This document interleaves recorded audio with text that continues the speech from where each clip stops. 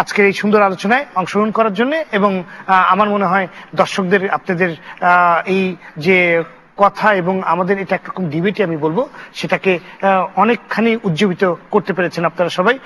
এবং সে জায়গাতেই আমাদের সফলতা আসবে যদি এটাও আমাদের তরুণ প্রজন্মকে কিছুটা আপনার উৎসাহিত করতে পারে। জি দর্শক, বাংলাদেশ যে ডেমোগ্রাফিক সুবিধার মধ্যে আছে তা কাজে লাগানোর জন্য সঠিক উন্নয়ন কৌশল, কর্মপরিকল্পনা ও নীতিমালা প্রণয়নের মাধ্যমে উপযুক্ত কাজের সুযোগ সৃষ্টি করতে হবে। ভবিষ্যতের কাণ্ডারি এই তরুণ প্রজন্মকে দক্ষ, সুশিক্ষিত ও সুস্বাস্থ্যের অধিকারী হিসেবে গড়ে তুলতে হবে। সমাজকে মাদক ও অপসংস্কৃতির ছোবল থেকে রক্ষা করতে পরিবারগুলোকে আরো সচেতন হতে হবে। মনে রাখতে হবে, তরুণদের মেধা ও সৃজনশীলতার যদি পরিপূর্ণ বিকাশ না ঘটে, যদি তারা জাতি গঠনে সক্রিয় ভূমিকা না রাখে, তাহলে যে সম্ভাবনা নিয়ে বাংলাদেশের সৃষ্টি হয়েছিল এবং ভবিষ্যৎ বাংলাদেশের যে স্বপ্ন আমরা লালন করি তা বাস্তবে রূপায়িত হবে না। আজ এ পর্যন্তই।